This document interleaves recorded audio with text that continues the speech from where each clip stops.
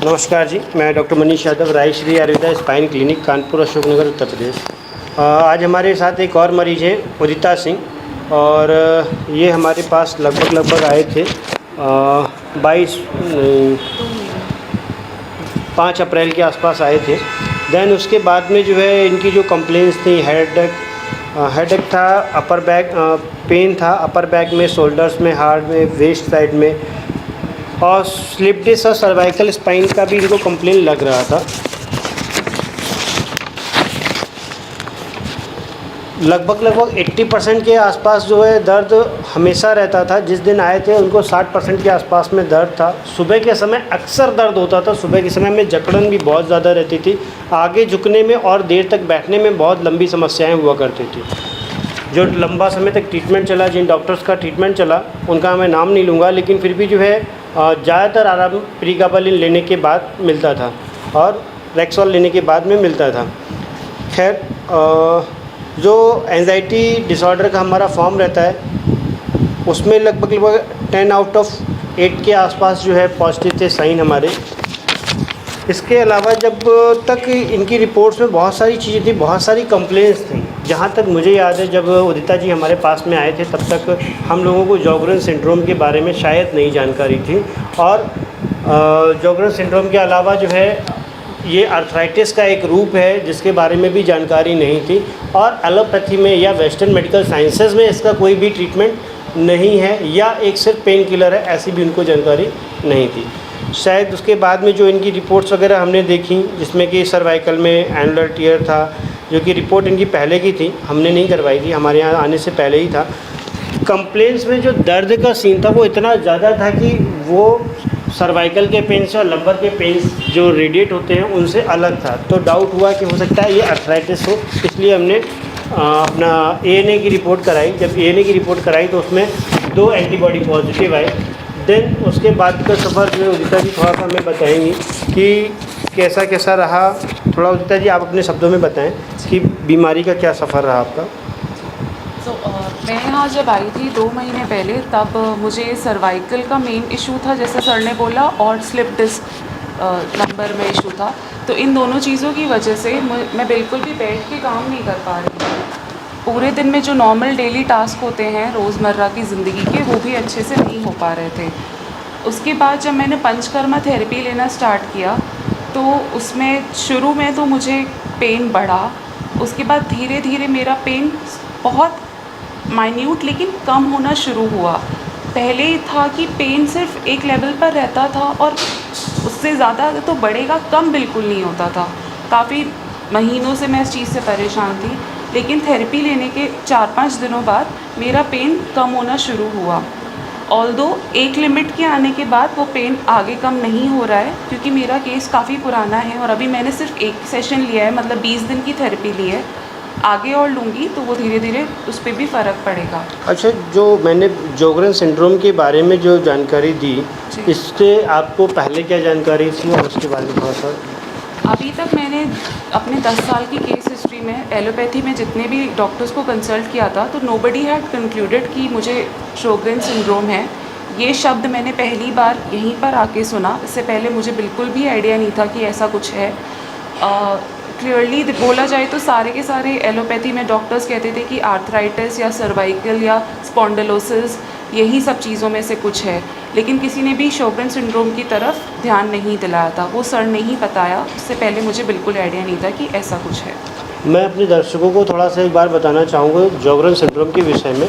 वैसे तो western medical sciences में जो है जॉगरन एक सिंड्रोम कहलाता है। आयुर्वेद के अनुसार ये वात का एक प्रकोपित स्थिति है, जिसमें वात बहुत ज़्यादा से हड्डियों को साथ साथ मांसपेशियों को रूखा कर देता है। रूखे होने की वजह से आइज़ में, जुबान पे, हेड में, सिर के या नसों में और मांसपेशियों में सभी जगह रूखापन आता है।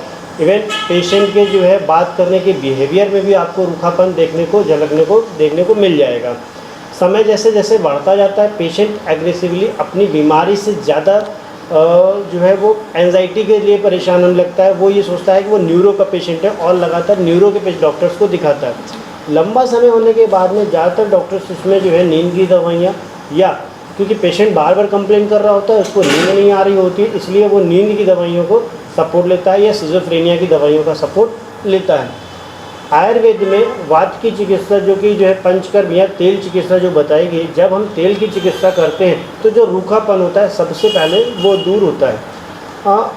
इस जो रूखेपन की जो जर्नी है, इस 20 दिनों की जर्नी में आप 10 में से इसको कितने नंबर देना चाहेंगे?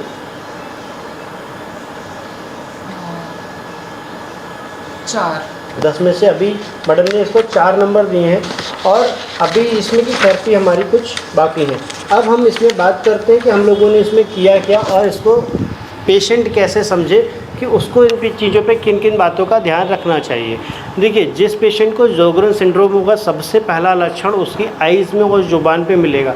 आर्थराइटिस के लिए डॉक्टर्स बार बार बोलेंगे ESR बढ़ा हुआ आएगा या नहीं भी बढ़ा हुआ आ सकता है, लेकिन सबसे पहला लक्षण मिलेगा पूरे शरीर में दर्द और जुबान का सूखना, आँखों का सूखना।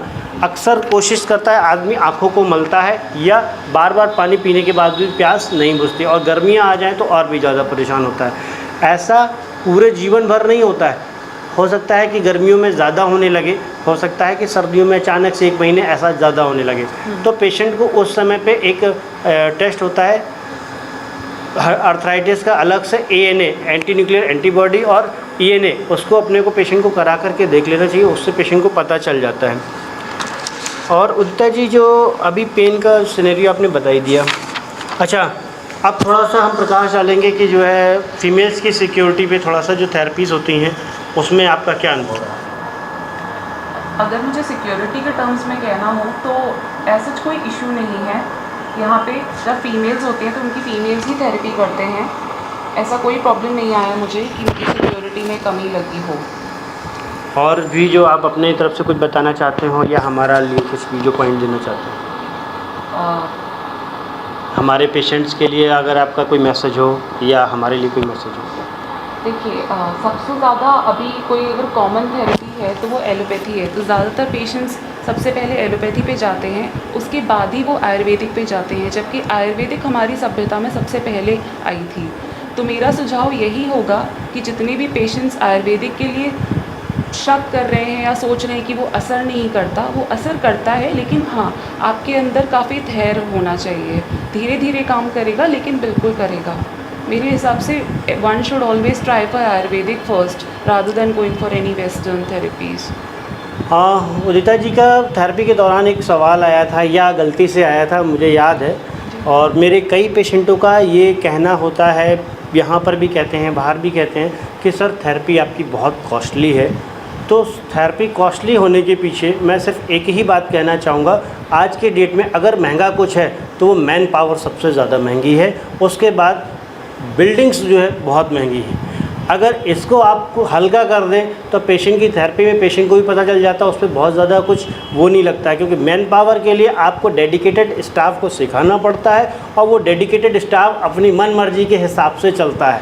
तो कुछ हमें वहाँ पे भी झुकना पड़ता है, कुछ सरकारों के आगे झुकना पड़ता है, इसलिए ये थेरेपी थोड़ी सी कॉस्टली हो जाती है। हाँ, ये जो पंचकर्म की हमारी जो थेरेपी है ये दूसरे पंचकर्म से हटके है, क्योंकि हमारा काम केवल स्पाइन पे फोकस होकर के होता है। दूसरी जगह जो पंचकर्म होता है वहाँ पे स्नेहन, स्वेदन, वमन, विरेचन, वस्ती, नस्या, रक्त मोक्षण होता है। हमारे यहाँ जो थेरेपी की जाती है उसको हम लोग अपने टर्म्स पे NSDR बोलते हैं, नॉन सर्जिकल डिस्क रिहेबिलिटेशन। और ऐसी कोई जानकारी या ऐसे कोई संबंधित सवाल आपके जिगर में आते हैं तो आप हमसे पूछ सकते हैं। हमारा नंबर दिया, अपॉइंटमेंट लेकर के आप हमें दिखाने आ सकते हैं। धन्यवाद, नमस्कार।